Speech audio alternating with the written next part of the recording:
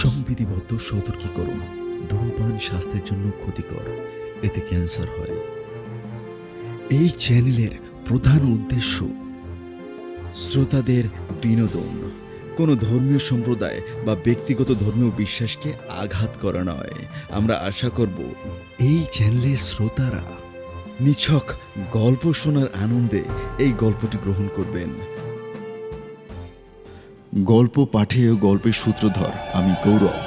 তারানাথের চরিত্রে থাকছেন দীপ্ত মণ্ডল, চারির চরিত্রে থাকছেন তনুশ্রী সাহা, কিশোরীর চরিত্রে তুর্য, অর্জুন প্রতাপের চরিত্রে কুস্মিত এবং অন্যান্য চরিত্রে দীপু, সত্য, তুলি, তিথি ও চিন্ময়।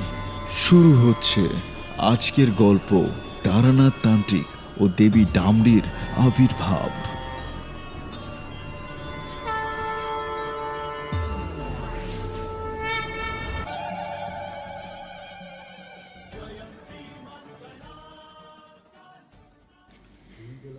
দুই বেলা প্রদীপ দেখাস, অথচ মুখ ফুটে কখনো কিছু চাস না কেন তারা? কি চাইবো মা তোমার কাছে?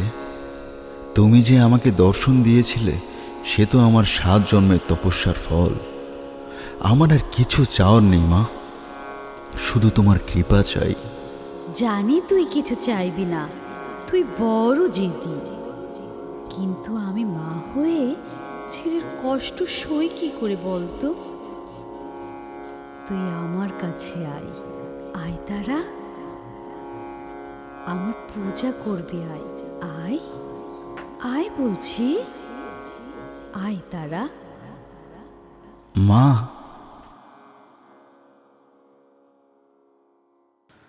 আকাশের মুখ বেজায় গম্ভীর দেখে আজ অফিসকে তাড়াতাড়ি বিদায় জানিয়ে বাড়ি চলে এসেছি। মাসের শুরুতে হাতে বেতনের টাকা পাওয়ায় মনটা খুশি থাকারই কথা ছিল, কিন্তু গত 3 দিন ধরে এক নাগাড়ে যেভাবে বৃষ্টি হয়ে চলেছে তাতে মনের মধ্যে একটা আশঙ্কার মেঘ জমতে শুরু করেছে। তার একটাই কারণ, এটাও অক্টোবর মাস, আর সামনের সপ্তাহে বাঙালির শ্রেষ্ঠ উৎসব দুর্গাপুজো। এই পুজোর সময় বৃষ্টি দেখতে কোনো বাঙালির মনই ভালো লাগে না। তাই মন মরা হয়েই বউয়ের হাতে গরম চায়ে চুমুক দিতে দিতে বারান্দায় বসে মুষলধারে বৃষ্টি দেখছি। কিন্তু এমনই বদভ্যাস হয়ে গেছে যে বৃষ্টির দিনে যতই আয়েশ করে চা পাঁপড় ভাজা খাই না কেন, মনটা কেবলই টানে সেই আস্তানার দিকে। আর আমাদের সেই আস্তানাটি হচ্ছে তারানাথের বাড়ি। আমাদের মানে আমার আর কিশোরী সেনের। বৃষ্টির দিনে তারানাথের মুখে গল্প না শুনে আমাদের দিনটাই যেন বৃথা যায়।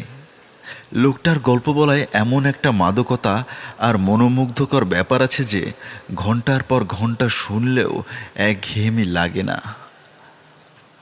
অগত্যা ছাতা মাথায় দিয়ে বেরিয়েই পড়লাম। ঠিক করলাম মোড়ের মাথার তেলে ভাজার দোকান থেকে বেগুনি কিনে কিশোরীর বাড়ি হয়ে তারপর তারানাথের বাড়ি যাব।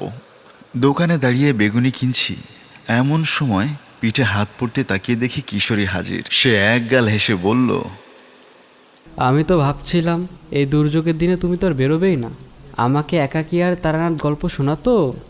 যাকগে, ভালোই হলো। কিশোরী তারানাথের জন্য 1 প্যাকেট পাসিং শো কিনে পকেটে ভরল। তারপর হাঁটা লাগালাম মটলেনের বাড়িটার উদ্দেশ্যে। তারানাথের বাড়ি যখন পৌঁছালাম তখন বৃষ্টির বেগ কিছুটা কমে এলেও আকাশ মেঘাচ্ছন্ন থাকায় সন্ধেটা যেন তাড়াতাড়ি নেমেছে। দরজায় টোকা দিতেই দরজা খুলল তারানাথের মেয়ে চারি। সে বলল, আপনারা একটু বসুন কাকাবাবু, বাবা এক্ষুনি আর্নিকটা সেরে আসছে। আমি চারির হাতে বেগুনির ঠোঙাটা ধরিয়ে দিয়ে বললাম, এতে তোমারও আছে, খেও। চারি একটা হ্যারিকেন জ্বালিয়ে দিয়ে চলে গেল। আমরা বসার মিনিট 5 পর তারানাথ এলো। ওর মুখ দেখে বোঝা গেল এই বাদলার দিনে আমাদেরকে পেয়ে ও খুব খুশি হয়েছে। তক্তপোষে বসে তারানাথ মেয়েকে হাঁক দিয়ে বলল, চারিমা, 3 কাপ লেকার চা করে নিয়ে আসিস, আর বেগুনির সঙ্গে মুড়ি আর কিছু কাঁচা লঙ্কা দিস। তারপর আমাকে উদ্দেশ্য করে বলল, পরের বার থেকে কিছু কিনলে টাকাটা হিসেব করে ফেরত নেবে। মনে পড়ল বেগুনি কিনে ফেরত পাওয়া টাকাটা না গুনেই যে আমার বুক পকেটে রেখেছিলাম। সেখান থেকে টাকাটা বের করে হিসাব করে দেখলাম তাতে 2 পয়সা কম। তারানাথের এই অলৌকিক ক্ষমতার সঙ্গে আমরা পূর্ব পরিচিত। ধন্য আপনি ঠাকুরমশাই, না বলে পারলাম না। যাক, আর কারোর আমার কথা মনে পড়ুক আর না পড়ুক, তোমাদের যে মাঝে মাঝে এই বুড়োটাকে মনে পড়ে, সে গল্পের লোভেই হোক আর যাই হোক, সেজন্য আমি কৃতজ্ঞ। হয়তো তোমাদের গল্প বললে আমার পেট চলে না, তবু এই বদ্ধ জীবনে তোমাদের উপস্থিতি যেন শীতল বাতাসের মতো মনে হয়, মনটা শান্ত হয়। তারানাথ কথা কেন বলল সেটা আমরা জানি।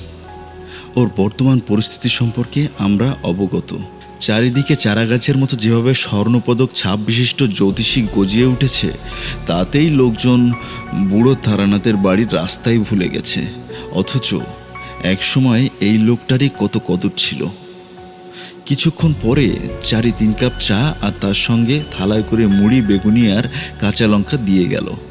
একটা গরম বেগুনি হাতে নিয়ে তারানাথ বলল, তা ভালো করেছ, তবু তো তোমাদের জিনিস তোমাদেরকেই ধরে দিতে পারি, না হলে তো এই গরিবের ঘরে তোমাদের চা ছাড়া তো আর কিছুই খাওয়াতে পারি না। আমি লজ্জিত হয়ে বললাম, ছি ছি, এমন কথা বলবেন না ঠাকুরমশাই। আমরা আপনার কাছে গল্প শোনার জন্যই আসি, বরং আপনি যে আমাদের ভালোবেসে চা খাওয়ান, এটাই আমাদের উপরি পাওনা। কি তাই তো কিশোরী? কিশোরী মাথা নেড়ে সায় দিল। তা আজকে কি গল্প শোনাবেন ঠাকুরমশাই? কিশোরী প্রশ্ন করল। তারানাথ গম্ভীরভাবে জবাব দিল, গল্প তো শোনাবো, কিন্তু তার আগে হুকোতে কয়টা টান না দিলে মেজাজটা ঠিক চড়ছে না। এই বলে তিনি চারিকে হাঁক দিয়ে ডাকতে গেলেন। তখনই কিশোরী পকেট থেকে পাসিং শোয়ের প্যাকেটটা বের করে তারানাথের হাতে দিয়ে বলল, আজ আর হুকো নয় ঠাকুরমশাই, এইটা খান। এই জিনিসটা পেলে যে লোকটা যে মনে মনে খুশি হয়, সেটা ওনার মুখের অভিব্যক্তি দেখলেই বোঝা যায়। বেগুনিটা শেষ করে গরম চায়ে চুমুক দিয়ে একটা সিগারেট ধরালো তারানাথ।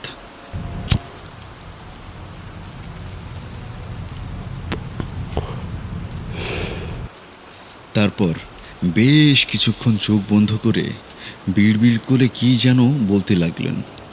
বুঝলাম আজকের গল্পটাকে মনে মনে ভেজে নিচ্ছেন উনি। কিশোরীর ধৈর্য কম, ও দেখলাম উসকুস করতে লাগলো। আমি ওকে ইশারায় চুপ করে থাকতে বললাম, কারণ ও এক্ষুনি একটা বেফাস কথা বলে দিলে তারানাথের মেজাজটাই যাবে বিগড়ে।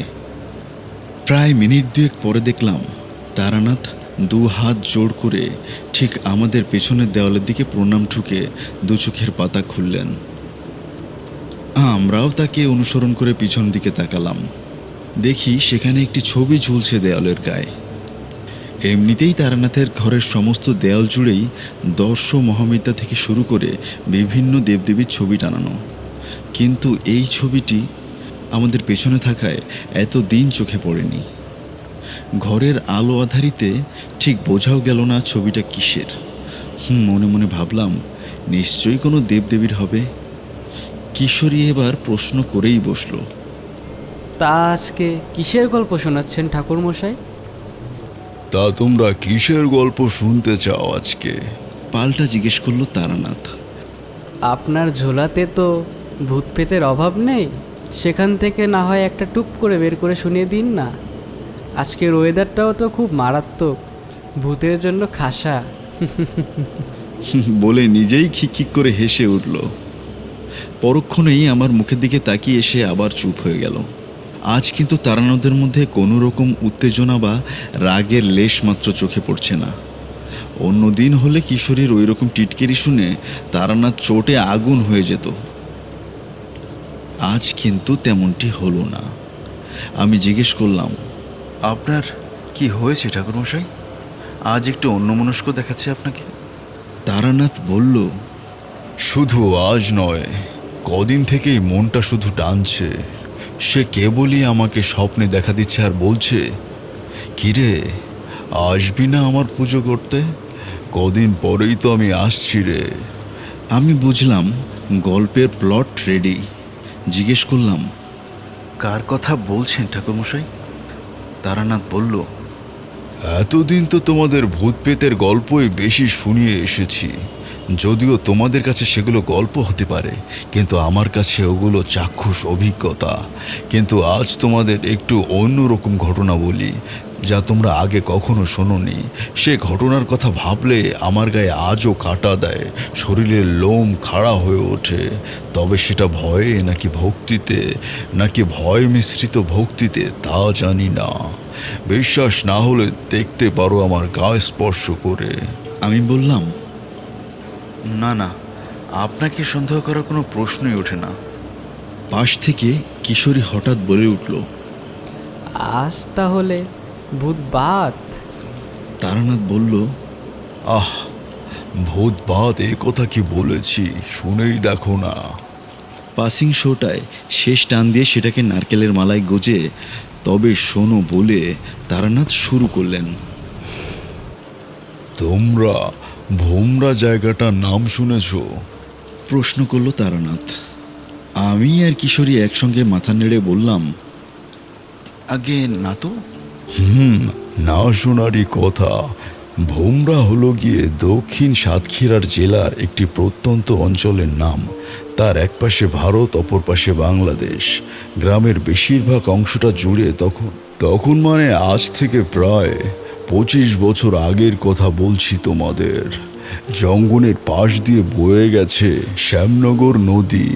সেই নদীর শীতল জলে ডুব দিয়ে গাত্র শুদ্ধি করার সুযোগ হয়েছিল সেবারে। সে যে কি শান্তি!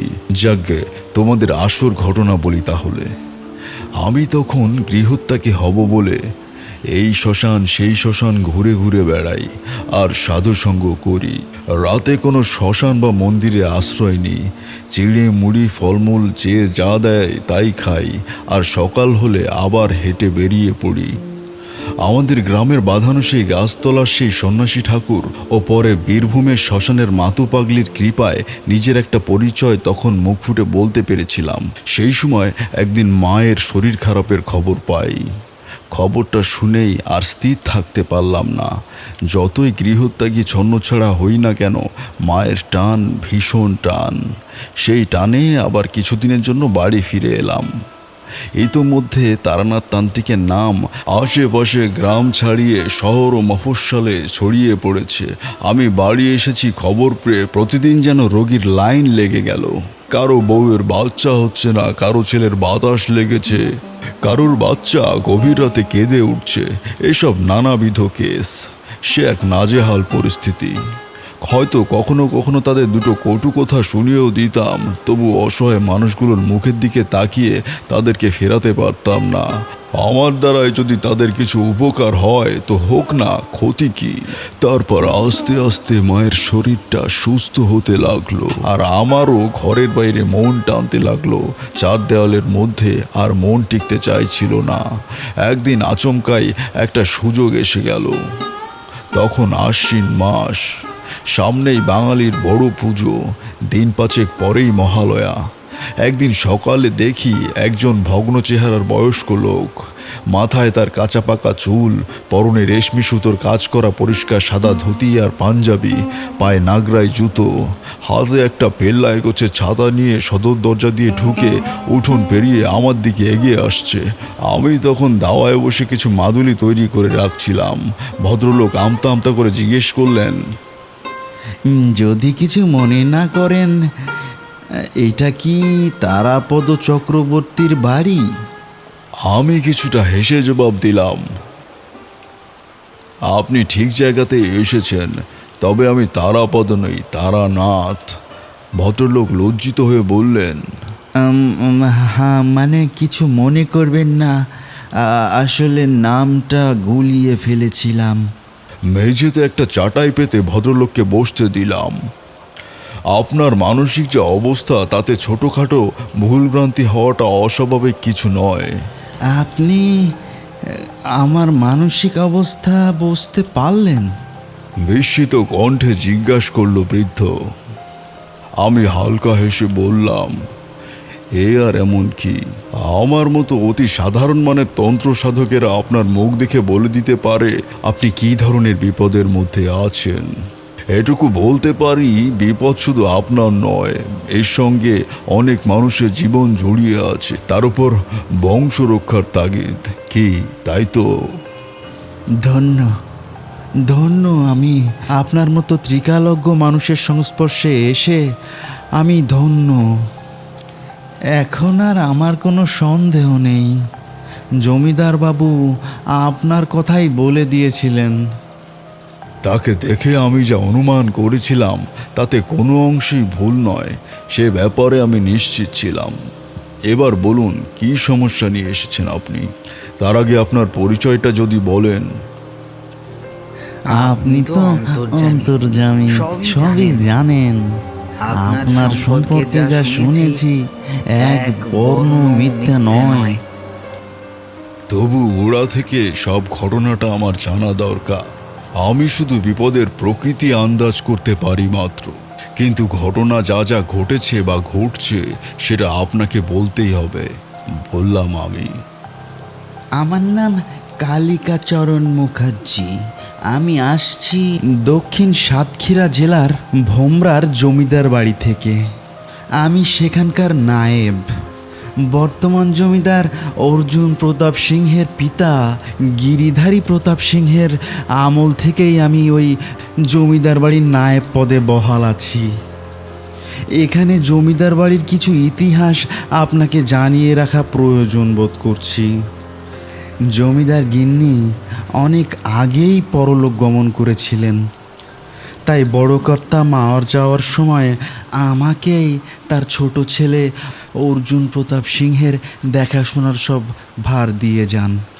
আমি সেই দায়িত্ব এই এত বছর ধরে পালন করে চলেছি নিষ্ঠার সাথে। বড় হবার সাথে সাথে বিয়ে দেওয়া থেকে শুরু করে তাকে জমিদারির কাজকর্ম বুঝিয়ে দেওয়া সবটাই নিজে হাতে করেছি। পিতার অবর্তমানে আমি ছিলাম ওর অভিভাবক। কর্তাবাবুর আরেকটা ছেলে ছিল ভল্লাল প্রতাপ। সে ছিল বাবার মতোই সাহসী ও প্রজাবৎসল।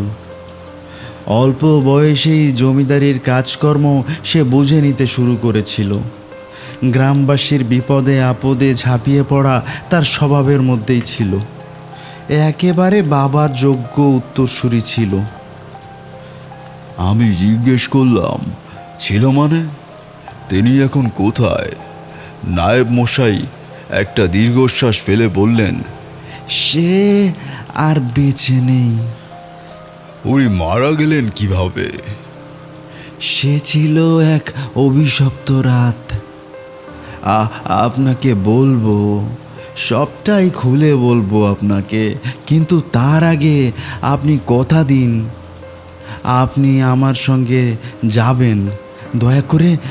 দয়া করে না বলবেন না। যে বিপদের ছায়া শুধু জমিদার বাড়ি নয়, গোটা গ্রাম জুড়ে নেমে এসেছে, তার থেকে উদ্ধার আপনাকেই করতে হবে ঠাকুর মশাই। আমি যে অনেক আশা নিয়ে এসেছি আপনার কাছে। আমি নায়েব মশাইয়ের অসহায় ভরা চোখের দিকে তাকালাম, তারপর বললাম, ঠিক আছে, আমি যাব আপনার সঙ্গে। বাকি কথাটা না হয় যেতে যেতেই শুনবো। নায়েব মশাইয়ের মুখ দেখে বুঝলাম তিনি যেন হাঁপ ছেড়ে বাঁচলেন।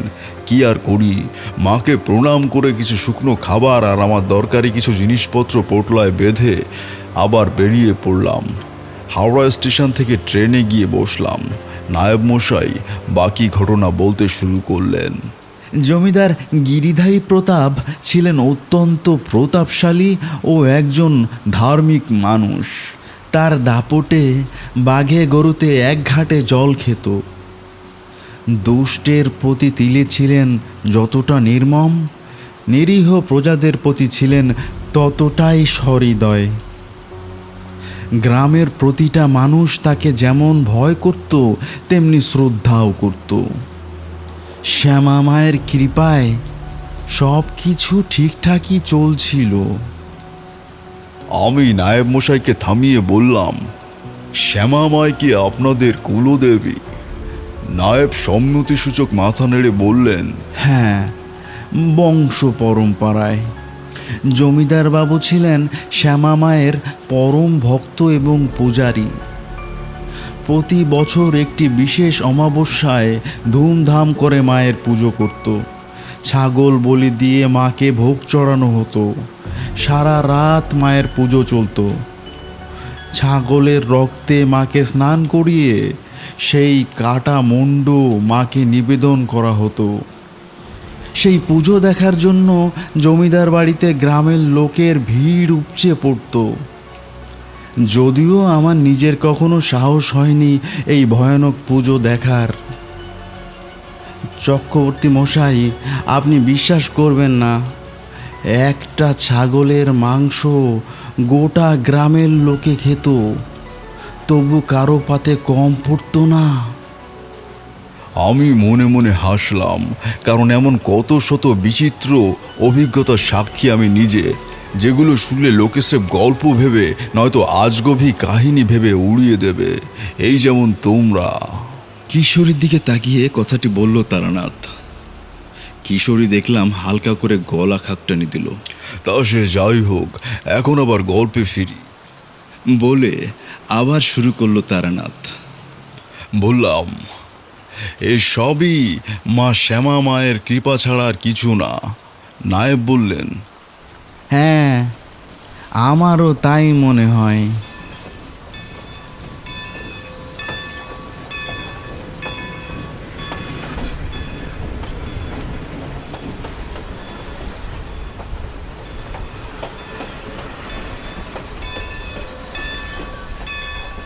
ট্রেন চলতে লাগলো আপন মনে গা দুলিয়ে। এদিকে নায়েব মশাই চক্করে পড়ে সকাল থেকে চাটুকুও খাওয়া হয়নি, তাই বেজায় খিদে পেতে লাগলো। ঝোলা থেকে চিড়ে আর আখের গুড় বের করে চিবোতে লাগলাম। নায়েবকে জিজ্ঞেস করতে তিনি বললেন রাস্তায় জলযোগ সেরে নিয়েছিলেন। আমি খেতে লাগলাম আর নায়েব বলতে লাগলো, এমনই এক অমাবস্যার পুজোর রাতে সত্যি সত্যি জমিদার বাড়িতে ঘনিয়ে এলো অমাবস্যার অন্ধকার। আপনি রামাচন্দ্র দত্তর নাম শুনেছেন? এই রামাচন্দ্র নামটা আমার চেনা লাগলো। কবে কোন কালে কার মুখে শুনেছি তা মনে করতে পারলাম না। আমি বললাম, এই নামের একজন শয়তান পূজারীর কথা আমি শুনেছিলাম। ইনি কি তবে তিনি? আপনি ঠিকই ধরেছেন। শুধু শয়তানের পূজারই নয়, এই রামাচন্দ্র দত্ত ওরফে রামাচরণ আমাদের দক্ষিণবঙ্গের নামজাদা ডাকাত সর্দার। ডাকাতি, খুন, মহিলাদের উপর অত্যাচারের কুখ্যাতি ঘুরত লোকের মুখে মুখে। তা সেই রাত্রেই নিধু ডাকাতের দৃষ্টি পড়ে আমাদের মা ডামরির বিগ্রহের উপর। এমনিতে বিগ্রহটি উচ্চতায় 3.5 ফুট, কালো পাথরের ভয়াল দর্শন রূপ। তবে মূর্তিটির আকর্ষণের কেন্দ্র হলো মায়ের তৃতীয় নয়ন। আমি অবাক হয়ে বললাম, কি এমন আছে মায়ের তৃতীয় নয়নে? নায়েব বললেন, মায়ের তৃতীয় নয়নে একটি বহুমূল্য রত্ন ছিল। সে রত্নের পিছনে একটা ইতিহাস আছে। শোনা যায় এই জমিদার বংশের কোনো এক পূর্বপুরুষ মোগল সম্রাট দ্বিতীয় শাহ আলমের খাস লোক ছিলেন। দিল্লির দরবারে তার অবাধ যাতায়াত লেগেই থাকতো। একদিন সম্রাটের কাছে খবর এলো আফগান সর্দার আহম্মদ শাহ আবদালি কোষাগার লুণ্ঠনের পরিকল্পনা করছেন। এমন পরিস্থিতিতে তিনি শরণাপন্ন হলেন তার কিছু বিশ্বস্ত সামন্ত ও জমিদারদের কাছে নিজের সম্পত্তি গচ্ছিত রাখার জন্যে। তাদের মধ্যে একজন হলেন এই জমিদার বাড়ির পূর্বপুরুষ। পরে সম্রাট যখন তার গচ্ছিত সম্পত্তি পুনরায় ফেরত নিয়েছিলেন, তখন খুশি হয়ে ওই অতি মূল্যবান রত্ন ও কিছু স্বর্ণমুদ্রা উপহার দিয়েছিলেন।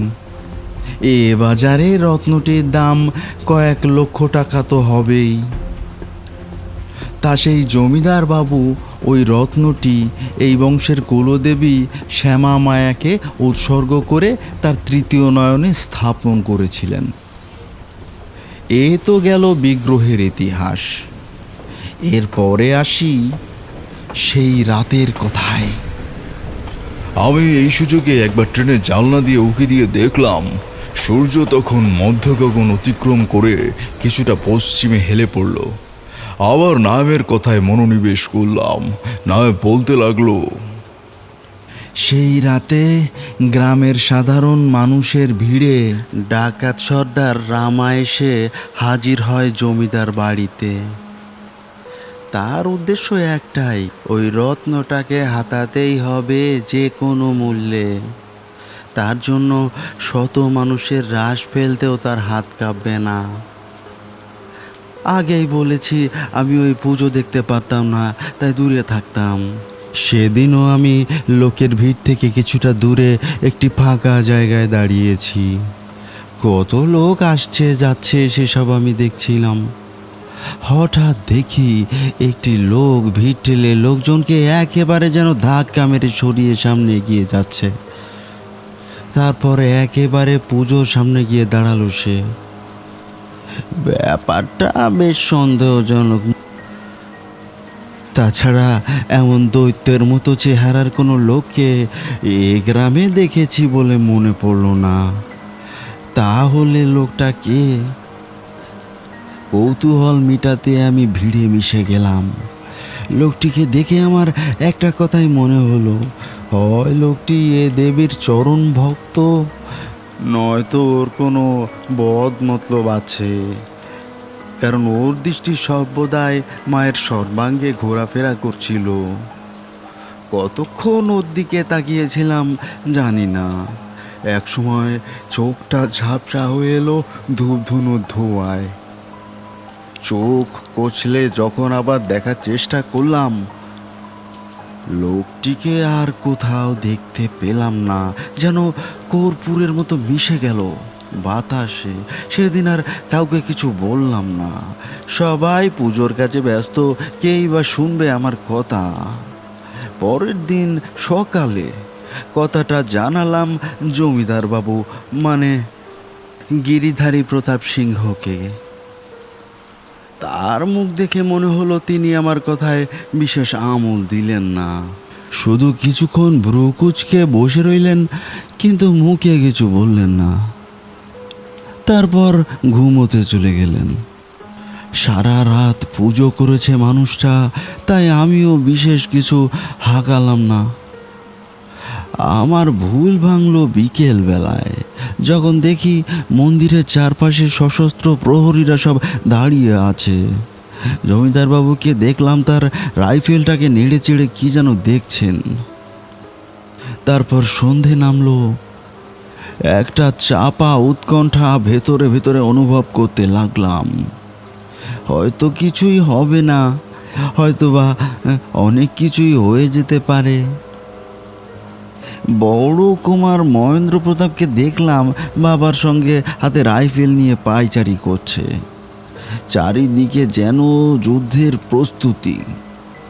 তারপর রাত পোহালো, নেমে এলো যেন কাল রাত্রি। সেই ভয়ঙ্কর রাতের কথা চিন্তা করলে আমার গায়ে আজও কাঁটা দিয়ে ওঠে।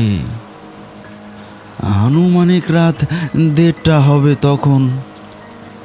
পাহারারত প্রহরীরা তখন কিছুটা তন্দ্রাচ্ছন্ন।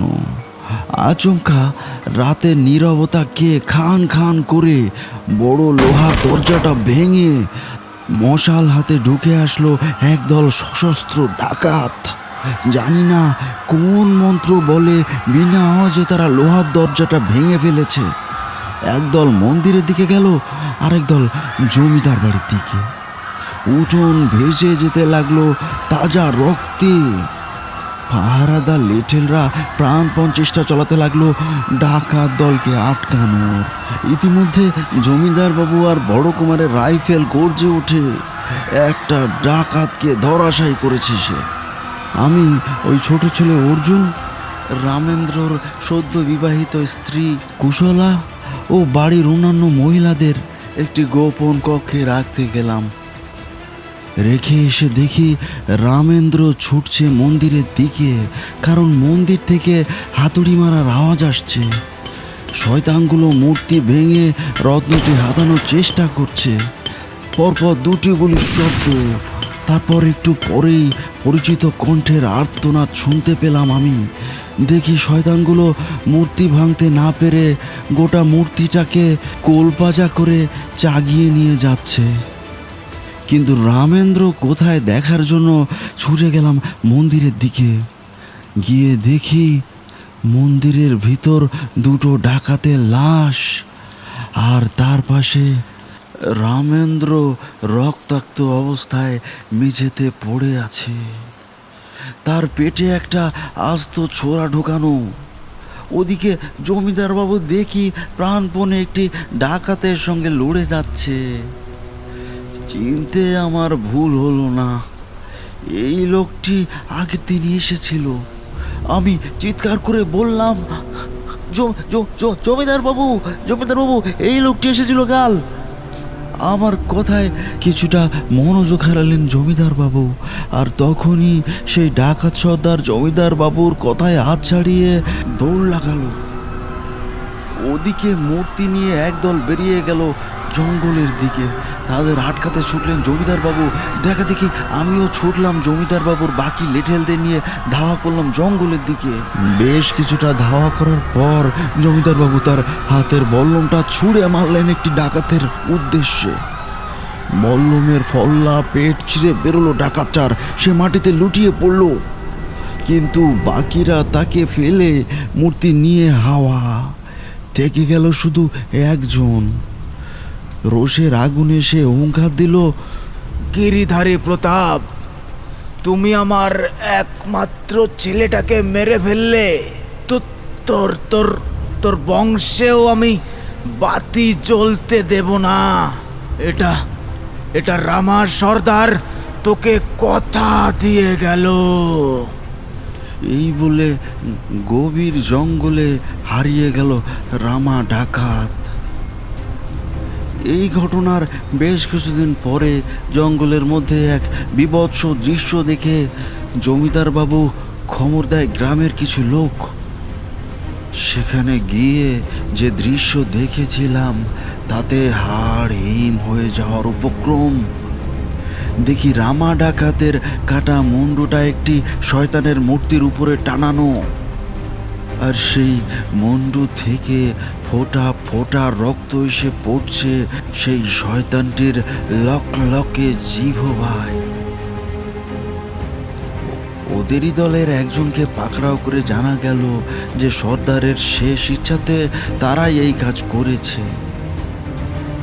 এরপর কোনো এক অজানা কারণে মূর্তি বহনকারীর প্রতিটা ডাকাত অপঘাতে মারা যেতে লাগলো। তারপর কেটে গেল বেশ কিছু বছর। পুত্রের শোকে জমিদার বাবু আর বেশি দিন বাঁচলেন না। নায়েব মশাই থামলেন, তার সঙ্গে আমিও একটা দীর্ঘশ্বাস পেলাম। তারপর বললাম, বিগ্রহটা তাহলে শেষ পর্যন্ত কি হলো, সেটা কি পাওয়া গেল? এক নিঃশ্বাসে কিছুটা জল খেয়ে বললেন,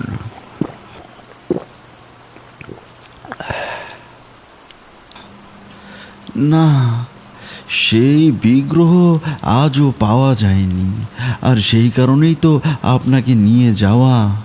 শোনা যায় রামা ডাকাত নিজের প্রাণ শয়তানের কাছে সমর্পণ করার আগে নিজে হাতে ওই বিগ্রহটিকে কোথাও লুকিয়ে রেখে গেছে। মারা যাবার দিন জমিদারবাবু আমাকে বলে গেলেন, যত তাড়াতাড়ি পারো একজন সিদ্ধ মাতৃসাধকের খোঁজ করো। একমাত্র সেই পারবে ওই বিগ্রহকে পুনরায় উদ্ধার করে মন্দিরে স্থাপন করতে। না হলে কিন্তু ঘোর অমঙ্গল নেমে আসবে। সেই কথা মতো বহু মানুষের সন্ধান করেছি, কিন্তু কেউ পারেনি সেই বিগ্রহ উদ্ধার করতে। তারপর থেকেই জমিদার বাড়িটা অভিভাবকহীন হয়ে গেল। পড়ে রইলাম শুধু আমি, রামেন্দ্রর স্ত্রী কুশলা আর কিছু ঝি চাকর। বর্তমানে অর্জুনের বিয়ে দিয়েছি। ওর স্ত্রী মণিমালা এখন সন্তান সম্ভবা। নায়েবের মুখে জমিদার বাড়ির ইতিহাস শুনতে শুনতে খেয়ালই করিনি ট্রেন স্টেশনে ঢুকছে। এদিকে গাড়ির ঝাঁকুনিতে সেই চিড়িয়াগুলো কোথায় হারিয়ে গেছে, তাই খিদেটা আবারও বেজায় পেয়েছে। স্টেশনে নেমে কাছে কাছে একটা খাবারের দোকানের সন্ধান পেয়ে সেখানে ঢুকে একটু কচুরি আর জিলিপির অর্ডার দিলাম। কচুরি খেতে খেতে নায়েবকে বললাম, আপনি কিন্তু আমাকে নিয়ে যাওয়ার কারণটা এখনো বলেননি। কথাটা শোনা মাত্র লক্ষ্য করলাম ওর মুখে যেন আমাবস্যার কালো আধার ঘনিয়ে এসেছে। বেশ ভয় মিশ্রিত গলায় নায়েব বললেন, রামা ফিরে এসেছে চক্রবর্তী মশাই। অন্তত অন্তত আমার তো সেটাই ধারণা। আপনার কথা অনুযায়ী রামা যদি ফেরে তাহলে তার সশরীরে ফেরার কথা না মশাই। কি আমি ঠিক বললাম তো? হ্যাঁ, সশরীরে অবশ্যই নয়, সে অশরীরী হয়ে ফিরে এসেছে। কিন্তু আপনি বুঝলেন কি করে? প্রশ্ন করলাম আমি। কয়েক মাস ধরে লক্ষ্য করছি যে গ্রামে বিনা রোগে মানুষ মারা যাচ্ছে। প্রথমে প্রথমে ব্যাপারটাকে কোনো অজানা রোগ ভেবেছিলাম, কিন্তু এখন দেখছি রাত দুপুরে রাস্তায় মানুষ খুন হতে শুরু করেছে। সেই খুন কোনো সাধারণ খুন নয়, কারণ লাশগুলো দেহ পাওয়া গেলেও মুন্ডগুলো পাওয়া যাচ্ছে না। এটা কার কাজ হতে পারে আপনি বলুন? তবে সেদিন যা দেখলাম তাতে আমি 100% নিশ্চিত হলাম যে রামাই ফিরে এসেছে। সেদিন মধ্যরাতে ছোট কাজে বাইরে বেরিয়েছিলাম, তখন দেখি উঠোনে এক বিশাল ছায়ামূর্তি হাতে একটা খাড়া নিয়ে এক প্রান্ত থেকে অপর প্রান্তে ঘোরাঘুরি করছে। তার বিশাল ছায়া দেয়াল বেয়ে একেবারে ছাদে গিয়ে ঠেকেছে। ওটা যে কোনো মানুষের ছায়া ছিল না, সেটা আপনি নিশ্চয়ই বুঝতে পারছেন চক্রবর্তী মশাই। এবার আমি কিছুটা গম্ভীর হয়ে গেলাম, কারণ নিধু ডাকাতের শাসানির কথাটা মনে পড়ে গেল। আর এদিকে অর্জুন প্রতাপের স্ত্রী ও সন্তান সম্ভবা। খাওয়া শেষ করে জমিদারের বাড়ি থেকে পাঠানো ঘোড়ার গাড়িতে উঠে বসলাম। সূর্য দেখলাম পশ্চিম আকাশে দিগন্তের কোলে ঢলে পড়েছে, আর কিছুক্ষণের মধ্যেই সন্ধ্যা নামবে। গাড়িতে উঠে নায়েব বললেন, আপনাকে যা বলার সব বলেছি, এবারে কিছুটা বিশ্রাম করে নিন। আমরা আর ঘন্টা খানেকের মধ্যেই পৌঁছে যাব। তবে হ্যাঁ, একটা কথা আপনাকে বলা হয়নি। এই যে আপনাকে নিয়ে যাচ্ছি, এটা কিন্তু বর্তমান জমিদার অর্জুন প্রতাপ জানে না। আসলে উনি এসবে বিশ্বাস করেন না। আমার আর ছোট বৌমা মানে অর্জুন প্রতাপের স্ত্রীর ইচ্ছাতেই আপনাকে নিয়ে যাচ্ছি। হয়তো অর্জুন আপনাকে দেখলে উল্টো পাল্টা কিছু বলে অপমান করতে পারে, তবে আপনি দয়া করে কিছু মনে করবেন না। আমি আশ্বস্ত করে বললাম, ঠিক আছে, কিছু মনে করব না, আপনি এসব নিয়ে ভাববেন না। গ্রামে প্রবেশ করতেই আমার বিশেষ ক্ষমতা বলে বুঝলাম নায়েবের কথা একেবারে সত্যি। এক অমঙ্গলের মেঘ যেন গ্রামের আকাশে জমাট বেঁধে আসে। বাতাস ভারী হয়ে উঠেছে কারোর যেন বিষাক্ত নিঃশ্বাসে। জঙ্গলের বুক চেরা সরু রাস্তা দিয়ে আমাদের ঘোড়ার গাড়িটা ছুটে চলল। চারিদিকে নিকষ কালো অন্ধকার, আকাশে ঝিঝির ঢাক, মাঝে মাঝে শেয়াল গোছের ছোট ছোট প্রাণী রাস্তা কেটে বেরিয়ে যাচ্ছে। গাড়িতে জ্বলানো লণ্ঠনটা মাঝে মাঝে হাওয়ায় দুলে উঠছে। তোমরা শহরে মানুষ এরকম পরিবেশ হয়তো শুধু বইয়ের পাতাতেই পড়ে থাকবে, আমার কাছে কিন্তু ওই পরিবেশ একদম নতুন নয়। যাই হোক, জমিদার বাড়িতে যখন পৌঁছলাম আন্দাজ রাত্রি 8টা হবে। বাড়িটা 3 তলা, বহু প্রাচীন। সামনে সারি দিয়ে মোটা মোটা কলাম, সামনে বেশ খানিকটা ফাঁকা জায়গা, সেটাকে ছোটখাটো মাঠই বলা যায়, আর চারিপাশে উঁচু প্রাচীর দিয়ে ঘেরা। আমরা একটা লোহার চওড়া গেটের কাছে গিয়ে দাঁড়ালাম। এই গেট দিয়ে ঢুকে সামনে ফাঁকা জায়গাটা পেরিয়ে তবেই জমিদার বাড়ির মেইন ফলক। মনে পড়ল এই গেট ভেঙে রামা ডাকাতের দল জমিদার বাড়িতে ঢুকেছিল। কর্কশ শব্দে গেট খুললেন নায়েব। ভিতরে প্রবেশ করতে ফাঁকা জায়গাটার একপাশে মা ডামরির মন্দিরটি চোখে পড়ল। বাড়িটার কাছে যেতে তার জরাজীর্ণ রূপটা প্রকট হয়ে উঠল। জায়গায় জায়গায় চুন সুরকি প্লাস্টার খসে ইটের পাঁজর বেরিয়ে পড়েছে, আর সেই ইটের পাঁজর থেকে ঝুলে রয়েছে বট অশ্বত্থের মোটা মোটা শিখর। কিছু কিছু জায়গায় দেখলাম লম্বা ফাটল চোখে পড়ল। আমরা এসেছি দেখে কিছু চাকর আলো নিয়ে এগিয়ে এসেছিল। নায়েবের নির্দেশ মতো তারা আমাদের সঙ্গে জিনিসপত্র নিয়ে ভেতরে চলে গেল। নায়েবের পিছু পিছু ফটক দিয়ে ঢুকে আবার একটা বিশাল উঠোনের মধ্যে এসে পড়লাম। এই উঠোনটাকেই ঘিরে তৈরি হয়েছে বাড়িটা। আমাকে নিচের তলায় একটি নির্দিষ্ট ঘর দেখিয়ে দিয়ে একটি চাকরকে আমার সঙ্গে পাঠিয়ে দিয়ে নায়েব যেন কোথায় চলে গেলেন। চাকরটিকে এগোতে বলে উঠোন থেকে কিছুটা মাটি নিয়ে নাকের কাছে ধরলাম। যা বোঝার ততক্ষণে আমার বোঝা হয়ে গেছে। তারপর আমি হাত মুখ ধুয়ে এসে ঘরে গিয়ে বিশ্রাম নিতে লাগলাম। প্রায় আধ ঘন্টা পরে নায়েব এসে জানালো জমিদার বাবু আমাকে তলব করেছেন। নায়েবের মুখের ভাবগতিক দেখে বুঝলাম ইতিমধ্যে তাকে কিছু কথা শুনতে হয়েছে আমাকে নিয়ে আসার জন্য। নায়েবের সঙ্গে দোতলা একটি বড় বৈঠকখানায় গেলাম। সেখানে উপস্থিত ছিলেন জমিদার অর্জুন প্রতাপ ও তার স্ত্রী মণিমালা। জমিদার অর্জুন প্রতাপ যুবক, রোগা ছিপছিপে গঠন, ফর্সা সুপুরুষ। আমি সম্মান প্রদর্শক সূচক কিছু স্যালামি ঠুকলাম তার উদ্দেশ্য করে। পরিবর্তে মণিমালা হাত জোড় করে আমাকে প্রণাম জানালেও জমিদার বাবু কোনো ভ্রুক্ষেপ করলেন না। তিনি বললেন, দেখুন, আপনাকে বলে রাখা ভালো, এইসব তন্ত্রমন্ত্র বুজরুকিতে আমি বিশ্বাস করি না। আর যারা এ কাজে যুক্ত থাকে তাদেরকেও আমি সহ্য করতে পারি না। নিতান্তই নায়েব মশাইকে আমার বাবার মতো শ্রদ্ধা করি, না হলে আপনাদের মতো লোকের এই বাড়িতে কোনো স্থান নেই। তাই এসেছেন যখন থাকেন, কি করতে চান করুন, তবে বেশি সময় বা সুযোগ আপনাকে দিতে পারবো না। আমার কথায় আপনার খারাপ লাগলেও আমার কিছু করার নেই। আমি স্পষ্ট কথা বলতেই পছন্দ করি। জমিদার বাবুর কথায় আমি বিন্দুমাত্র বিচলিত হলাম না। শুধু একবার নায়েব মশাই আর মণিমালার দিকে তাকিয়ে দেখলাম ওরা লজ্জায় মুখ কালো করে দাঁড়িয়ে আছে। আমি বললাম, এ তো আমার পরম সৌভাগ্য, আপনি আমাকে প্রমাণ করার সুযোগ দিলেন জমিদার বাবু।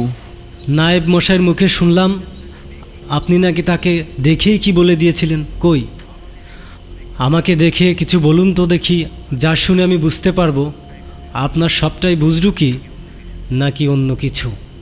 আমি মনে মনে ভাবলাম এটাই সুযোগ জমিদার বাবুকে মোক্ষম জবাবটা দেওয়ার। অকারণে আমার নিজের ক্ষমতা প্রদর্শনের বিন্দুমাত্র ইচ্ছে ছিল না, কিন্তু জমিদার বাবুর জানা উচিত আমি কে। ওর জানা উচিত ওর জ্ঞানের বাইরে এই জগতে অনেক কিছু আছে, অনেক কিছু ঘটে থাকে যার কল্পনাও সাধারণ মানুষের পক্ষে করা সম্ভব নয়। তবু আমি একবার বললাম, থাক না জমিদার বাবু এসব, থাক না মানে? না না, থাকবে কেন? আমিও শুনতে চাই, দেখতে চাই তোমার ক্ষমতা। আমি বললাম, আমি যেটা বলতে চাই সেটা শুধু আপনিই শুনবেন। জমিদার নায়েব মশাই আর মণিমালাকে বাইরে যেতে ইশারা করলেন।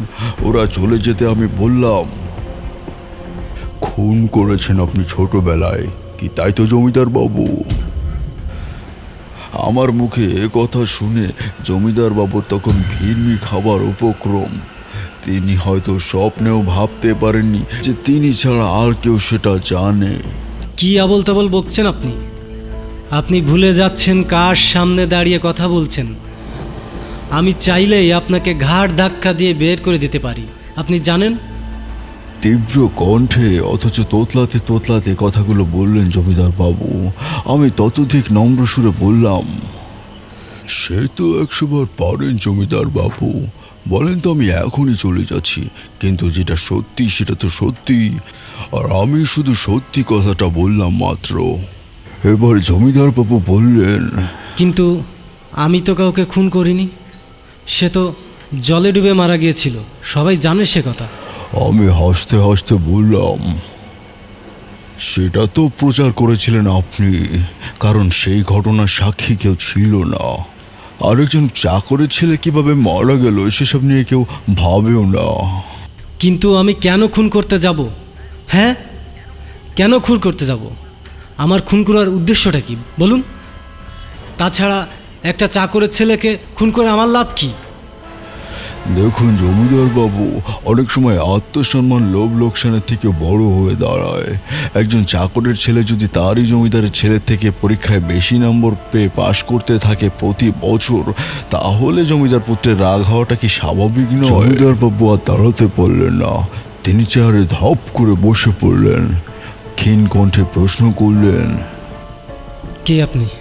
হ্যাঁ, এত বছর যে কথা আমি ছাড়া কেউ জানতো না, সেটা আপনি জানলেন কি করে?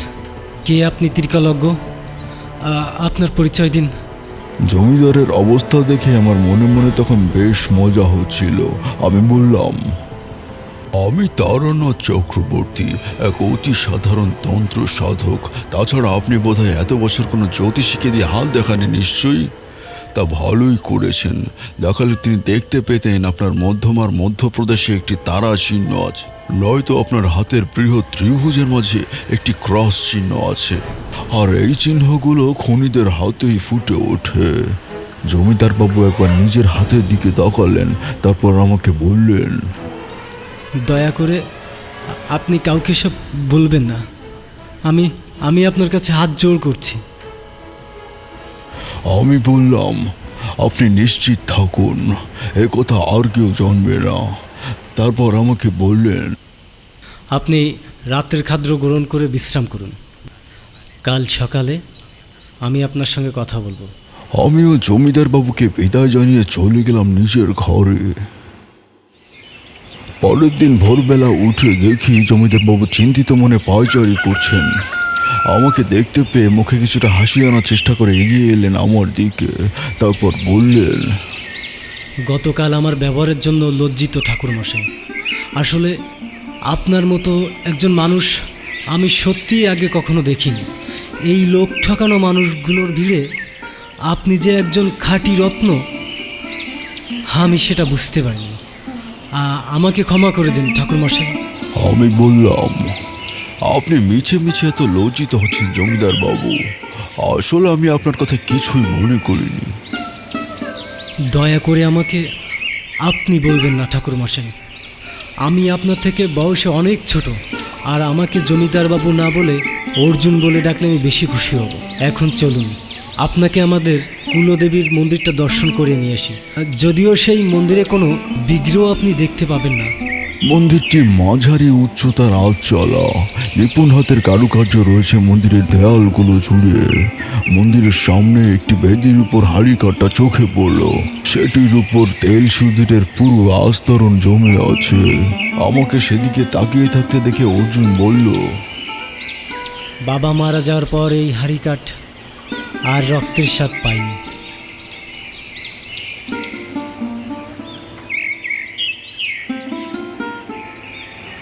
তালা খুলে যখন মন্দিরের ভেতরটা প্রবেশ করলাম, বুকটা যেন হু হু করে উঠল। যে স্থানে একদিন মায়ের বিগ্রহ মন্দিরটিতে আলো করে রাখতো, সেই স্থানে এখন কেবলমাত্র একটি ঘট বসানো রয়েছে। আমি জিজ্ঞেস করলাম, অর্জুন বলল, দাদা মারা যাওয়ার পর বাবাও শোকে জড়িয়ে পড়ল, আর তখন থেকেই বৌমণি এই মন্দিরের নিত্য পুজোর দায়িত্ব নেন। প্রতিদিন মায়ের ঘটে জল দেওয়া, প্রদীপ দেখানো এবং কি এই মন্দির চত্বরে পরিষ্কার সব নিজে হাতেই করেন। তুমি রামেন্দ্রের স্ত্রী কৌশলার কথা বলছো, তাই তো?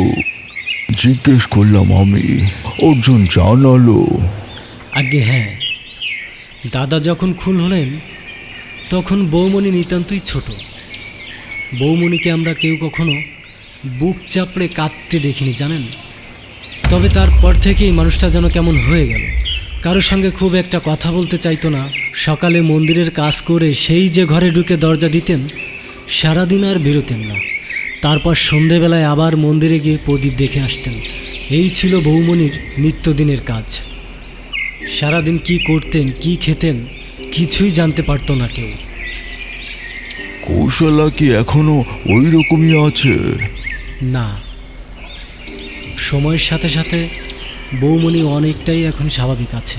আসলে বড় হওয়ার সাথে সাথে উনি বুঝতে পারলেন জমিদার বাড়ির বড় বউ হিসেবে ওনারও কিছু দায়িত্ব কর্তব্য আছে, তাই আর নিজেকে আর গুটিয়ে রাখেননি মনে হয়। তবে একটা ব্যাপার আমার বেশ আশ্চর্য লাগে, মণিমেলা যবে থেকে সন্তান সম্ভব হলো, সেদিন থেকেই দেখলাম বৌমণি মণিমেলার ছায়া সঙ্গিনী হয়ে গেল।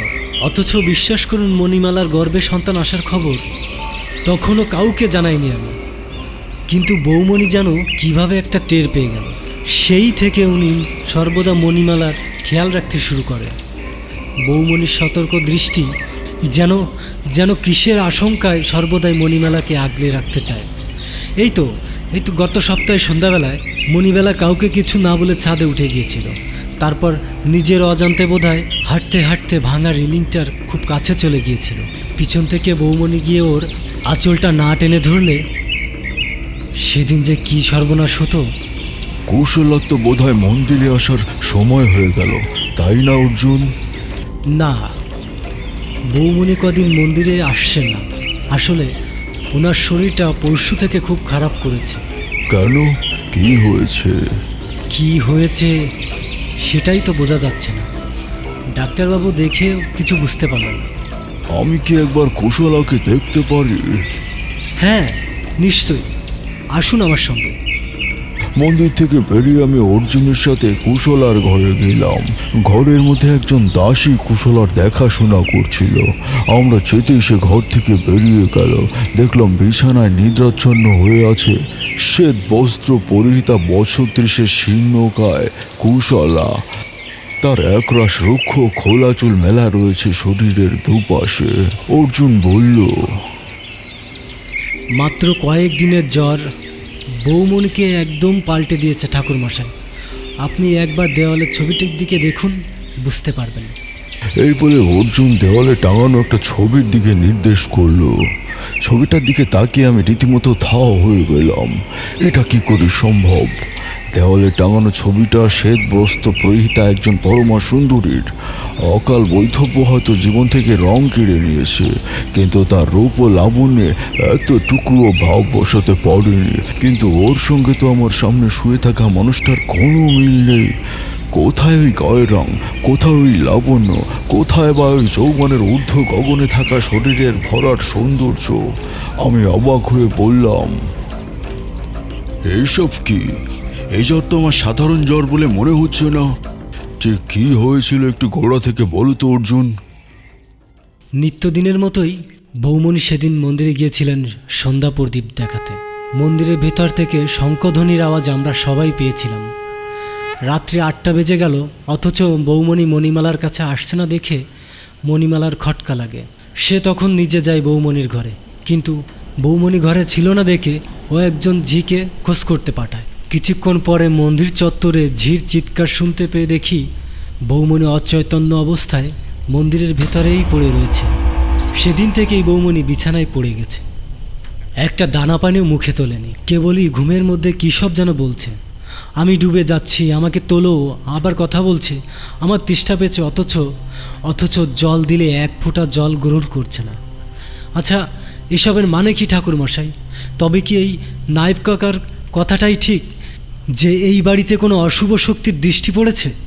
আমি অর্জুনকে শান্ত করে বললাম, মানুষ জ্বরের ঘরে এমন অনেক কিছু বলে থাকে, এতে চিন্তা করার কিছু নেই। কিন্তু মনে মনে আমিও অন্য কিছু ভাবতে লাগলাম। দুপুরের আহারের সময় জমিদার বাড়ির এলাহি পদের সামনে নিজের চিড়ে মুড়ি খাওয়া পেটটাকে অনেক ছোট মনে হলো। তরি তরকারি যে কত রকমের পদ হতে পারে সেটা না দেখলে বিশ্বাস হবে না। এছাড়া মাছ, মাংস, পায়েস, মিষ্টি তো আছেই। তৃপ্তির সঙ্গে আহার কার্য সম্পন্ন করার পর ঠিক করলাম এবার আমার কাজে নামা দরকার। নায়েব মশাইকে সঙ্গে নিয়ে জঙ্গলটা দেখে আসার ইচ্ছা প্রকাশ করায় অর্জুন জানালো নায়েব মশাইকে তিনি জমিদারি কাজে পাশের গ্রামে পাঠিয়েছেন। মনে মনে বললাম, কাজটা মোটেই ঠিক হয়নি। এই সময় এই বাড়ির কারোর বাইরে থাকা নিরাপদ না। এরপর মধুসুন্দরী দেবীকে স্মরণ করে বাড়ির সকলের হাতে মন্ত্রপুত তাবিজ পরিয়ে দিলাম, কেবলমাত্র নায়েব মশাই ও কুশলা ছাড়া। মণিমালা জানালো সে কুশলার হাতে পরিয়ে দিয়ে আসবে। অর্জুন কতগুলো সেপাইকে আমার সঙ্গে পাঠাতে চাইল, কিন্তু আমি রাজি না হয়ে একাই গেলাম জঙ্গলের দিকে। জমিদার বাড়ি থেকে পশ্চিম দিকে 1 কিলোমিটারের মধ্যে জঙ্গল শুরু হচ্ছে। ইচ্ছা ছিল রামা ডাকাতের আস্তানাটা একবার দেখি ও তার সাথে বিগ্রহের খোঁজ করব। জঙ্গলের মধ্যে দিয়ে পাতা বিছানো সরু রাস্তা দিয়ে হেঁটে চললাম পশ্চিম দিকে। দেখে বোঝা যায় বহুদিন এই জঙ্গলের মানুষের পা পড়েনি। গোটা জঙ্গলটা যেন কিসের ভয়ে সিটিয়ে আছে। সেখানে না শোনা যাচ্ছে কোনো পাখির ডাক, না দেখা যাচ্ছে কোনো জঙ্গলি পশু, এমনকি ক্ষুদ্রাতি ক্ষুদ্র কীট পতঙ্গেরাও যেন কিসের ভয়ে গা ঢাকা দিয়ে আছে। গোটা জঙ্গলে শব্দ বলতে শুধু আমার শুকনো পাতা মারিয়ে যাওয়ার শব্দ। হাঁটতে হাঁটতে একটা পরিত্যক্ত মন্দিরের সামনে উপস্থিত হলাম, তবে সেটাকে মন্দির না বলে 4টি ভগ্ন দেওয়াল দিয়ে ঘেরা একটা স্থান বলাই ভালো। একটা বিশ্রী গন্ধ ভরে আছে বাতাসে। পায়ে পায়ে এগিয়ে গেলাম সেই স্থানটির দিকে। ভিতরে প্রবেশ করে বুঝতে পারলাম আমি রামার ডেরায় দাঁড়িয়ে আছি, কারণ আমার সামনে তখন এক অতি ভয়ঙ্কর কদাকার পিশাচের মূর্তি। মূর্তির পায়ের কাছে সারি দেওয়া নরমুণ্ডু। কিছু কিছু মুণ্ডু তখনও কঙ্কালে পরিণত হয়নি, অর্থাৎ সেগুলো বেশি পুরনো নয়। ওই নরমুণ্ডুগুলো যে নিহত গ্রামবাসীদের হারিয়ে যাওয়া মুণ্ডু, সেটা বুঝতে আর বাকি রইল না। মরার পরেও রামা ডাকাত তার শয়তানের উপাসনা বন্ধ করেনি, আর শয়তানকে খুশি করতে নিরীহ গ্রামবাসীদের বলি চড়িয়েছে। তবে তার কী উদ্দেশ্য? এই কথা ভাবতে ভাবতে হঠাৎ চোখ গেল সেই পিশাচ মূর্তির লকলকে জিভের দিকে। সে জিভ থেকে গড়িয়ে পড়ছে তাজা রক্তের ধারা। কিন্তু এই তাজা রক্ত এখন এলো কোথা থেকে? আজ তো গ্রামের কারো মৃত্যু হয়েছে বলে শোনা যায়নি। চোখ গেল মূর্তির পায়ের দিকে। সেখানে অজস্র নরমুণ্ডুর ভিড়ে একটা মুণ্ডুর দিকে চোখ আটকে গেল আমার। এক পরিচিত মুখ পরিচিত দৃষ্টিতে আমার দিকে তাকিয়ে আছে। সেই মুখ ছিল গতকাল আমার যাত্রাপথের সঙ্গীর। সত্যি কথা বলতে কি, সে দৃশ্য দেখে আমার মতো শ্মশানবাসী মানুষেরও বুকটা কেঁপে উঠেছিল। ইচ্ছা হচ্ছিল দিন সব তছনছ করে, কিন্তু তার আগে মা চামুণ্ডা বিগ্রহের খোঁজ করাটা আরো বেশি জরুরি। ওই বিগ্রহ উদ্ধার করতে না পারলে সংকটের প্রকোপে গা উজাড় হয়ে যাবে। হাতে বেশি সময় নেই দেখে মধুসুন্দরী দেবীর শরণাপন্ন হলাম, কিন্তু দেবী জানালেন এই কাজে তিনি আমাকে কোনো রকম সাহায্য করতে পারবেন না। এই মহৎ কাজ আমাকে নিজেই সাধন করতে হবে। তাই দেরি না করে সেই বিগ্রহের খোঁজে নেমে পড়লাম। কিন্তু গোটা জঙ্গল তন্ন তন্ন করে খুঁজেও সেই বিগ্রহ আমি কোনো হদিশ পেলাম না। অনেকক্ষণ থেকে কানে আসা জলের কুলুকুলু শব্দ লক্ষ্য করে অবশেষে ক্লান্ত ও তৃষ্ণার্ত শরীরে পৌঁছে গেলাম জঙ্গলের একেবারে কিনারায়। আমার সামনে তখন শান্ত সলীলা মা যমুনা তার আপন বেগে বহমান। অস্তা চলক আমি সূর্যের লাল আভা তার জলে এসে পড়েছে। সেই জল পান করে তৃষ্ণা মেটালাম। তারপর নদীর পাড়ে বসে চিন্তা করতে লাগলাম, এইভাবে হবে না, আমাকে অন্যভাবে ভাবতে হবে। এতদিন সে বিগ্রহ কারোর নজরে আসেনি, মানে সেটা কোনো সাধারণ জায়গায় কোনো লুকানো নেই। খেয়াল করলাম সূর্য অস্ত গেছে, তার শেষ আভাটুকু তখন আকাশের গায়ে লেপে আছে। চারিপাশের পরিবেশ স্তব্ধ, থমথমে। উঠে পড়লাম, তারপর আবার সেই জঙ্গলের পথে জমিদার বাড়ির দিকে রওনা দিলাম। তবে একটা বিষয় আশ্চর্য হলাম, এই জঙ্গলে যে দুরাত্মা বসা বেঁধেছে তার উপস্থিতি কেন টের পেলাম না। তবে কি সে এখন জঙ্গলে নেই? তাহলে এখন সে কোথায়? মনটা কু গাইল। তাড়াতাড়ি পা চালালাম জমিদার বাড়ির দিকে। জমিদার বাড়ির লোহার গেট খুলে যখন প্রবেশ করলাম, আমার বিশেষ ক্ষমতা বলে এই বাড়ির বিপদের গন্ধ আমার নাকে এলো। মধুসুন্দরী দেবীকে স্মরণ করে আমার গাত্র বন্ধন করে নিলাম। ভিতরে প্রবেশ করে দেখলাম সব কিছু আগের মতোই স্বাভাবিক, শান্ত, নিস্তব্ধ। বিপদের কোনো লক্ষণ নেই সেখানে। বৈঠকখানায় অর্জুনকে দেখে সেখানে গেলাম। ওকে জানালাম বিগ্রহের খোঁজ আমি পাইনি, তবে আমি চেষ্টা চালিয়ে যাব। অর্জুনকে দেখলাম আমার এ কথায় ততটা বিচলিত হলো না, বরং সে যেন কিছু একটা ব্যাপার নিয়ে বিশেষ চিন্তিত। আমি জিজ্ঞেস করলাম, কি হয়েছে অর্জুন? অর্জুন জানালো, মণিমালা আজ বৌমণির ঘরে গিয়েছিল তার হাতে আপনার দেওয়া তাবিজটা পরিয়ে দেওয়ার জন্য, কিন্তু কিন্তু এক বিভৎস দৃশ্য দেখে ও ভয়ে পালিয়ে আসে। আসুন আমার সঙ্গে, নিজের চোখে না হয় দেখবেন। অর্জুনের কথা মতো তার সঙ্গে কুশলার ঘরে গেলাম, কিন্তু বিছানায় যে শুয়ে আছে ওটা কে? আমার বিস্ময়ের অন্ত রইল না। কাছে গিয়ে দেখলাম কুশলার গৌরবর্ণ শরীরটা কালো থেকে অধিকতর কালো হয়ে গেছে। তার শরীরটা যেন দীর্ঘদিনের জরাগ্রস্ত মানুষের মতো কঙ্কালসার হয়ে গেছে। হাত ও পায়ের নখগুলো দেখে শিকারী পশুর মতো শানিত, লম্বা। রুক্ষ খোলা চুলে কোশালাকে তখন ভয়ঙ্কর বিভৎস দেখাচ্ছিল, অথচ আজ সকালে তো এতটা খারাপ অবস্থা ছিল না তার। তবে কি এটা রোগ নাকি অন্য কিছু, আমাকে জানতেই হবে। অর্জুনকে বললাম, তুমি একটু বাইরে যাও, আমাকে একটু দেখতে দাও। অর্জুন বাইরে চলে যেতে আমি দরজা লাগিয়ে কুশলার কাছে এসে দাঁড়ালাম। মণিমালার ভয় পাওয়াটাই স্বাভাবিক। মাত্র দুদিনে কি একটা মানুষের শরীরে এত পরিবর্তন ঘটা সম্ভব? কুশলা অতি মৃদু কণ্ঠে বলে চলেছে সেই একই কথা। আমি আমি ডুবে যাচ্ছি, আমাকে তোলো, আমাকে তোলো, আমাকে উদ্ধার করো। আমার আমার খুব তৃষ্ণা পেয়েছে।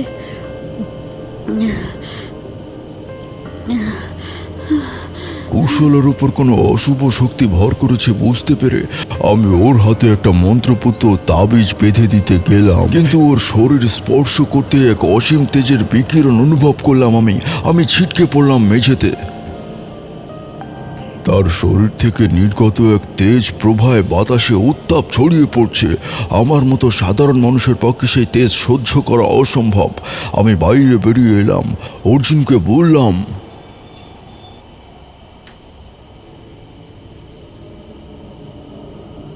আমি চলে যাচ্ছিলাম আমার ঘরের দিকে একটু বিশ্রাম নেওয়ার জন্য। এমন সময় মণিমালা এসে বলল, ঠাকুরমশাই, কাকাবাবু আপনার খোঁজ করছিলেন। আমি তো অবাক। বললাম, কাকা বাবু মানে নায়ক মশাইয়ের কথা বলছো মা? হ্যাঁ, এইমাত্র কাকাবাবু আপনার খোঁজ করে গেল, বললেন আপনার সঙ্গে কি দরকারি কথা আছে। মণিমালাকে বললাম, আচ্ছা ঠিক আছে, আমি দেখছি। তুমি যাও মা, ঘরে যাও। আমি না বলে আজ আর ঘর থেকে বেরিও না মা, আর ভুল করেও ওই তাবিজ তুমি খুলো না মা। কেন বাবা, ঘর থেকে বেরোবো না কেন? কারণ আছে, এর বেশি তোমাকে কিছু বলতে পারবো না মা। আশ্বিন মাসের সন্ধ্যাতেও আমার শরীর ঘামে ভিজে যেতে লাগলো। ভয় হতে লাগলো এই বাড়ির মানুষগুলোর জন্য।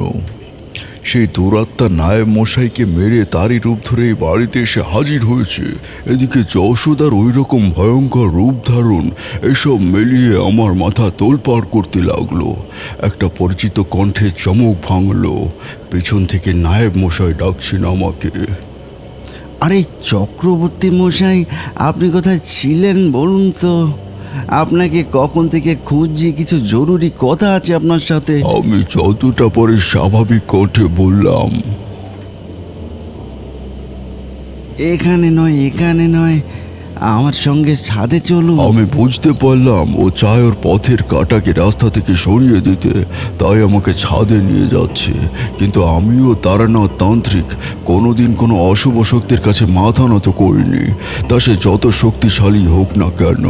ছাদে গিয়ে দেখলাম আমার ছায়ার পাশাপাশি একটা দৈত্যকার ছায়া হেঁটে যাচ্ছে। সেই নায়েব রূপী শয়তান আমাকে বলল, রামা ডাকাত সম্পর্কে একটা কথা আপনাকে জানানো হয়নি চক্রবর্তী মশাই। রামা কখনো তার পথের কাঁটাকে জীবিত রাখত না। যে যে তার কাছে বাধা দিয়েছে তাদেরকে সে জমের দুয়ারে পাঠিয়ে দিয়েছে। তাই বলছিলাম কি, কেন মিছে মিছে নিজেদের প্রাণ নিয়ে খেলা করছেন? আপনি চলে যান এখান থেকে। নিতান্তই মণিমালার জোরাজোরিতে আপনাকে নিয়ে এসেছিলাম, না হলে আপনাকে বিপদের মধ্যে ফেলার কোনো ইচ্ছেই আমার ছিল না। আমি হেসে বললাম, আপনাকে অশেষ ধন্যবাদ নায়েব মশাই আমার কথা চিন্তা করার জন্য। কিন্তু আমি তো এখান থেকে তখনই যাব যখন রামাকে জমের বাড়ি পাঠাবো। নায়েব বিশ্রী একটা হাসি হেসে বলল,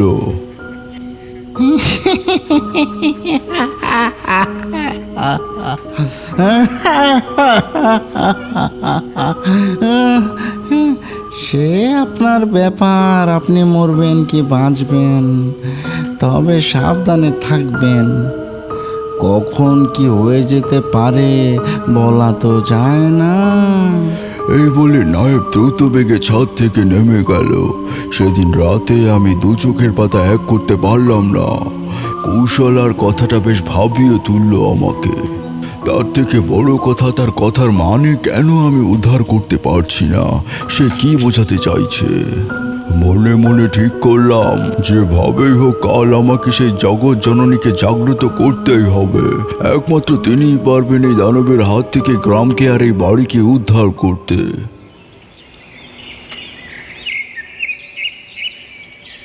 পরের দিন সকাল থেকে নায়েবকে কোথাও দেখতে পেলাম না। অর্জুনকে দেখলাম সকালবেলা মায়ের মন্দিরটি লোকজন দিয়ে ধুয়ে পরিষ্কার পরিচ্ছন্ন করাচ্ছে। আমি কাছে যেতেই বলল, কাল মহালয়া, দেবীপক্ষের সূচনা, তাই মায়ের মন্দিরটিকে সাজাবো ভাবছি। বাবা যখন বেঁচে ছিলেন মহালয়ের দিনটাতে মায়ের বিশেষ পুজোর আয়োজন করা হতো। এখন বাবাও নেই, আর মাও আমাদের ছেড়ে কোথায় লুকিয়ে আছে। আমি বললাম, চিন্তা করো না অর্জুন, তুমি মন্দির সাজাও। এই মন্দিরের জননীকে আমি কাল এখানে হাজির করবই, এটা তারানাথ তান্ত্রিক কথা দিল তোমায়। তার আগে আজ রাতে আমাকে একটা দরকারি কাজ করতে হবে, তুমি শুধু আমার পাশে থেকো। অর্জুন জানালো। ঠিক আছে ঠাকুর মশাই, তাই হবে। সেদিন রাতে আমি জমিদার বাড়ির উঠোনে মহাযজ্ঞে বসলাম। বাড়ির সকলকে ঘর থেকে বেরোতে নিষেধ করে অর্জুনকে সঙ্গে নিয়ে কাজ শুরু করলাম। এক মনে দেবী চামুন্ডাকে স্মরণ করে মন্ত্র পড়তে লাগলাম। ওম হ্রিং হ্রিং ক্লিং চামুন্ডায় বিচ্ছেদ। ওম ডিলি রিং চামুন্ডায় ঋচ্ছিক। আগুনে যজ্ঞের উপকরণ আহুতি দিতে লাগলাম। একটা পাত্রে পোড়া মাগুর মাছ, একটি পাত্রে কারণ আর অন্য একটি পাত্রে ছাগলের তাজা রক্ত, সেই দিয়ে মাকে ভোগ নিবেদন করলাম। যজ্ঞ তখন মাঝপথে, দেখি নায়েব কোথা থেকে এসে হাজির হলো। তার চক্ষু রক্তবর্ণ, তার ভারী দীর্ঘশ্বাস এসে যেন যজ্ঞের আগুন নিভিয়ে দিতে যাচ্ছে। নায়েব কাকা, আপনি সারাদিন কোথায় ছিলেন? এই বলে অর্জুন উঠতে গেল, আমি ওর হাতটা টেনে মাটিতে বসিয়ে দিলাম। নায়েব সেখান থেকে চলে গেল। আমি তখন গলা ছেড়ে মা চামুন্ডাকে আহ্বান করতে লাগলাম। গলা শুকিয়ে আমার চোখ দিয়ে জল বেরিয়ে আসতে লাগলো। তখন ঘটলো এক বিপত্তি। দেখি মণিমালা চোখের সামনে এসে দাঁড়িয়ে আছে। তাকে দেখে আমি ভয়ে শিউরে উঠলাম।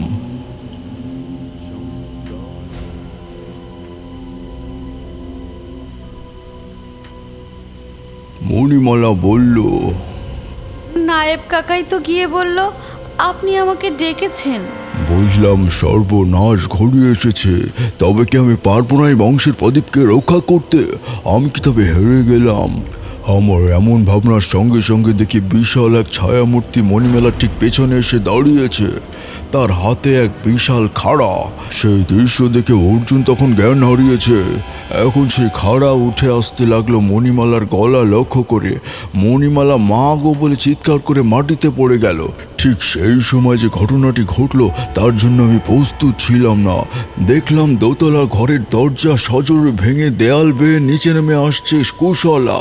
কিন্তু ও তো তখন আর কুশলা নয়, ওটা তখন প্রায় 10 ফুট উচ্চতার এক নগ্ন কঙ্কালসার নারী মূর্তি। তার কুচকুচে কালো বর্ণ, তার লম্বিত স্তন, মুখ থেকে ঝুলে আছে প্রায় 1 হাত লম্বা জিভ। তার রুক্ষ খোলা চুলগুলো বাতাসে উড়ছে। হাত পা থেকে শিকারি পাখির মতো লম্বা লম্বা শানিত নখ বেরিয়ে আছে। কোঠরে ঢোকা 2 চোখ দিয়ে যেন জ্বলন্ত লাভার মতো আগুন ঠিকরে বেরোচ্ছে। আমি বুঝলাম আমার যজ্ঞ সফল। চন্ডু মুন্ডু বিনাশিনী মা চামুন্ডা তখন আমার সামনে। আমি জয় মা চামুন্ডা বলে সাষ্টাঙ্গে প্রণাম করলাম। সাথে সাথে আশপাশ থেকে যেন কয়েক গাদা শেয়াল একসঙ্গে ডেকে উঠলো। তারপর দেখলাম সেই দুরাত্মা রামা ডাকাতের হাতের খাড়া তখন ভুলুণ্ঠিত। মায়ের হাতে উঠে এলো তার খড়গ। সেই খড়গ দিয়ে আঘাত করলো সেই পিশাচের গলায়। সঙ্গে সঙ্গে সেই দৌরাত্মার দুষ্ট রক্ত ছিটকে বেরোতে লাগলো তার গলা দিয়ে। তখন মা তার লম্বা জিভ বাড়িয়ে সেই রক্ত পান করে তার এত দিনের তেষ্টা মেটালেন। আমার গোটা শরীর তখন থর থর করে কাঁপছে। মুখের ভাষা হারিয়ে ফেলেছি, শুধু 2 চোখ দিয়ে অবিরাম জল গড়িয়ে পড়ছে। 2 চোখের জল মুছে যখন তাকালাম তখন মা নেই রামা ডাকাতের দেহ। শুধু অজ্ঞান অবস্থায় পড়ে আছে অর্জুন, মণিমালা ও কুশলা। রাত্রি তখন শেষ প্রহর। আমি অর্জুনের জ্ঞান ফিরিয়ে বললাম ওদের নিয়ে বাড়ির ভেতর যেতে। এই বলে আমি দৌড় লাগালাম সেই জঙ্গলের দিকে। মায়ের বিগ্রহ কোথায় থাকতে পারে আমি বুঝতে পেরে গেছি। রুদ্ধশ্বাসে দৌড় লাগিয়ে জঙ্গল পেরিয়ে ঝাঁপিয়ে পড়লাম মা যমুনার বুকে। মা চামুন্ডার বিগ্রহে যমুনার জলেই কোথাও লুকোনো আছে। চারিদিকে সাঁতরে বেড়াতে লাগলাম কিন্তু খুঁজে পেলাম না। তারপর জলে ডুব দিলাম আর তখনই এক আলোর ছটা চোখে এসে পড়লো। সেই আলো লক্ষ্য করে এগিয়ে গেলাম আর মা চামুন্ডার বিগ্রহ খুঁজে পেলাম। 3.5 ফুট উচ্চতার কালো পাথরের যে মূর্তিটি ডাকাত দল বয়ে নিয়ে এসেছিল সেটাকে জল থেকে একা তুলতে আমার কোনো কষ্টই হলো না। জল থেকে উঠে দেখলাম মহালয়ে ভোরের আলো ফুটেছে। জমিদার বাড়ির কাছাকাছি যেতে শুনতে পেলাম চণ্ডীপাঠ ভেসে আসছে। জমিদার বাড়ি পৌঁছে দেখলাম কুশলা স্নান সেরে মন্দিরে আলপনা দিচ্ছে। তবে এই কুশলা সে আগের কুশলা। তাকে দেখে তখন বোঝার ওপেনে ওই শরীরটাকে স্বয়ং মা ভর করেছিল। মণিমালা পুজোর আয়োজনে তখন ব্যস্ত নেই বলতে শুধু নায়ক মশাই। সেই বেচারাই নিজের প্রাণ দিয়ে বাড়ি রক্ষা করলো। আমার এখানে আসা সেতুই নায়ক মশাইয়ের জন্য। আমাকে বিগ্রহ নিয়ে আসতে দেখে অর্জুন ছুটে এলো। ততক্ষণে গ্রামের কিছু লোকও আমার পিছু পিছু এসে ভিড় জমিয়েছে জমিদার বাড়িতে। আমি মায়ের বিগ্রহটিকে পুনরায় মন্দিরের যথাস্থানে স্থাপন করে অর্জুনকে বললাম,